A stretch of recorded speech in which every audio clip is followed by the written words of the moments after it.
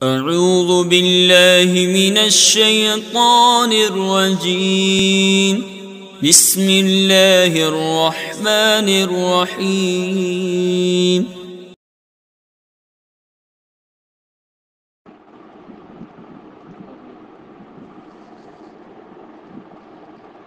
بسم اللہ الرحمن الرحیم اللہ رب محمد صلی اللہ علیہ وسلم نحن عباد محمد صلی اللہ علیہ وسلم۔ میں محمد رفیع اللہ رضوی مدرس دارالعلوم غریب نواز الہ آباد جماعت ثالثہ کے طلبہ سے مخاطب ہوں۔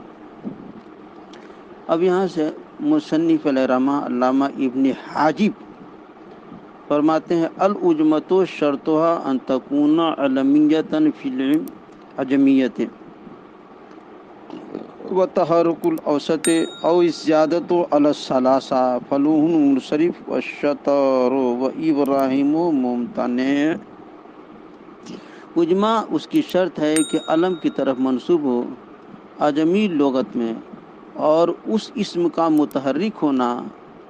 یا اس کا زیادہ ہونا 3 حرف پر، لہذا لفظ نو منصرف ہوا اور لفظ شطر اور ابراہیم غیر منصرف۔ قولہ العجماء شرطها معرفہ کے بیان سے فارغ ہو کر مصنف علیہ رحمہ یہاں سے عجماء کا بیان شروع فرماتے ہیں، جو علل 9 میں سے 5ویں علت ہے۔ عدل، وصف، تانیث، معرفہ، عجماء 5ویں علت ہے۔ اب اس سے سوال پیدا ہوا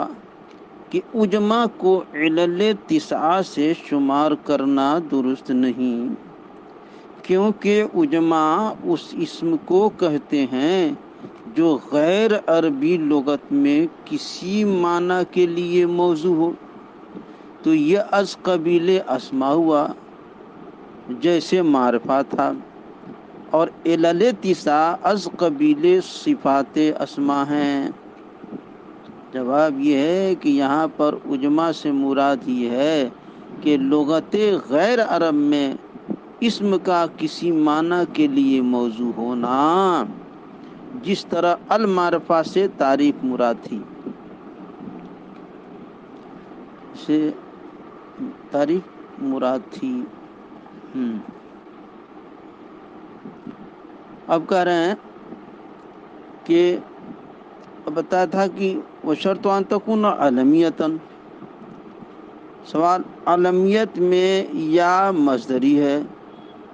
لہذا تکونو کے اسم پر علمیت کا حمل درست نہیں، کما مر آنفا۔ جواب یہ ہے کہ علمیت میں یا نسبت ہے، جیسے بحث المعرفہ میں گزرا، اور یہاں پر یا مصدری کا احتمال درست نہیں،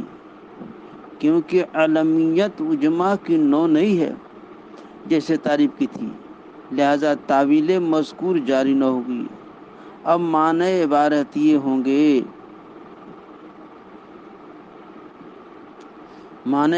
ہوں گے کہ عجماء کے منع صرف میں مؤثر ہونے کی شرط یہ ہے کہ عجمی لغت میں علم کی طرف منسوب ہو، یعنی بضمن علم پایا جائے، حقیقتاً جیسے لفظ ابراہیم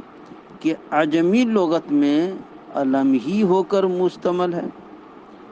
یا حکماً کہ عجمی لغت میں علم نہیں لیکن اہل عرب بعد نقل علم ہی قرار دے کر استعمال کریں، جیسے لفظ قالون کہ عجمی لغت میں بمعنی جید ہے، اہل عرب نے بعد نقل علم قرار دے کر استعمال کیا ہے، بمعنی جید استعمال نہیں کیا۔ فن قرات کے مشہور ائمہ سے امام نافع مدنی قدس سرہ نے اپنے راوی عیسیٰ کو اس کے ساتھ ملقب کیا تھا، کیونکہ وہ قرات میں جید تھے، اور اگر اہل عرب نے بعد نقل علم قرار دے کر کے استعمال نہیں کیا بلکہ اسی معنی میں استعمال کیا ہے جو عجمی لغت میں تھے، تو وہ حکمن علم اجمی نہ ہوگا۔ جیسے لفظ لجام کہ یہ لغت اجمی میں بمعنی لگام ہے اور اہل عرب بھی بعد نقل اسی معنی میں استعمال کرتے ہیں، تو یہ حکمن علم اجمی نہیں، لہذا اگر اس کو کسی کا علم قرار دے دیں تو غیر منصرف نہ ہوگا، کیونکہ اب اس میں صرف ایک سبب علمیت ہے، اجماع ہونا مؤثر نہیں، اس لیے کہ شرط تاثیر نہیں پائی گئی۔ وَإِذَا فَاتَ الشَّرْطُ فَاتَ الْمَشْرُوطُ۔ الحاصل تاثیر کے لیے دو شرطیں ہیں، اول اس میں اجمی کا علم ہونا حقیقتاً یا حکماً، اور دوم اس کے اوسط کا متحرک ہونا یا اس کا 3 حرف سے زائد ہونا۔ اشتراط علمیت کی وجہ یہ ہے کہ کلام عرب میں مستعمل اسم اجمی کے اندر 2 وصف پائے جاتے ہیں، ایک اس کا اجمی ہونا اور دوسرا اس کا کلام عرب میں وقوع۔ دونوں وصفوں میں تنافی ہے، کیونکہ اول مقتضی یہ ہے کہ اس میں اسم عربی جیسا تصرف نہ کیا جائے، اور دوم مقتضی یہ ہے کہ اس میں اسم عربی جیسا تصرف ہو۔ جب اسم اجمی کلام عرب میں اولاً علمیت کے ساتھ استعمال کیا گیا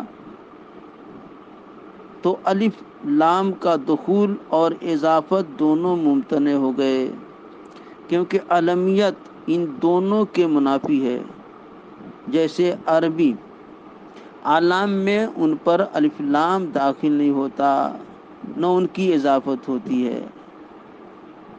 الف لام اور اضافت کے ساتھ تنوین نہیں آتی بلکہ معاقب ہے، اس کا دخول الف لام اور اضافت سے خلو کے بعد ہوتا ہے۔ جب الف لام اور اضافت دونوں بوجہ علمیت اسم اجمی سے منتفی ہو گئے تب مناسب ہوا کہ حق اجمیہ کی رعایت کرتے ہوئے حق اجماع کی رعایت کی جائے، کیونکہ یہ رعایت ممکن ہے کہ 2 فرعیت کا تحقق علمیت اور اجماع دونوں کی بنا پر ہوتا ہے۔ چنانچہ یہ رعایت بیں طور کی گئی کہ الف لام اور اضافت کے معاقب تنوین کو بھی اسم اعجمی سے روک دیا گیا، چونکہ تنوین کا انتفاع بنظر ہر 2 فرعیت ہوا تھا اور اس صورت میں کسرہ تنوین کے تابع ہوتا ہے، لہذا تنوین کی طرف وہ بھی اسم اجمی سے منتفی ہو گیا۔ اسم عربی کہ یہ چاروں تصرفات بوجہ مذکور وصف اول کے پیش نظر اسم اجمی پر ممتنع ہو گئے، اور وصف دوم کے پیش نظر اسم عربی کے دیگر تصرفات کے لیے اسم اجمی قابل رہا۔ جیسے یائے نسبت کا لحوق وغیرہ، اس صورت میں ہر 2 وصف کی من وجہ رعایت ہو گئی، جو ایک کی بالکلیہ رعایت دوسرے کی بالکلیہ ترک سے اولا ہے، اور اشتراط تحرک اور اوسط یا زیادہ علی ثلاثہ کی وجہ یہ ہے کہ ان دونوں کے نہ ہونے کی صورت میں اسم اجمی ثلاثی ساکن الاوسط ہوگا، جو موجب خفت ہے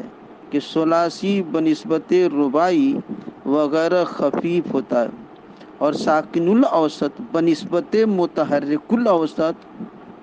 اور خفت ثقل اجماع کے معارض ہو کر اس تاثیر کو روک دے گی۔ معارضہ خفت کی توضیح بحث تانیث میں گزر چکی ہے۔ تحرک اوسط ذی مشرق کے نزدیک شرط نہیں۔ مصنف علیہ رحمہ کا مختار نہیں ہے، مصنف علیہ رحمہ کا مختار ہے، کیونکہ اجماع سبب ضعیف ہے، اس لیے کہ امر معنوی ہے، اس کے لیے کوئی علامت لفظی نہیں، تو سکون اوسط کے ساتھ اس کا اعتبار درست نہ ہوگا، ورنہ سکون اوسط سے حاصل شدہ خفت ثقل اجماع کو کم کر کے اس کو حذف کر دے گی، بخلاف تانیث معنوی کہ اس کے لیے علامت لفظی ہے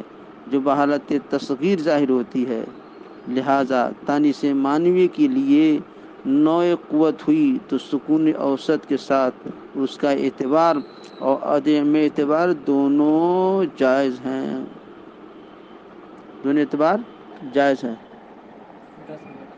ہاں چلیے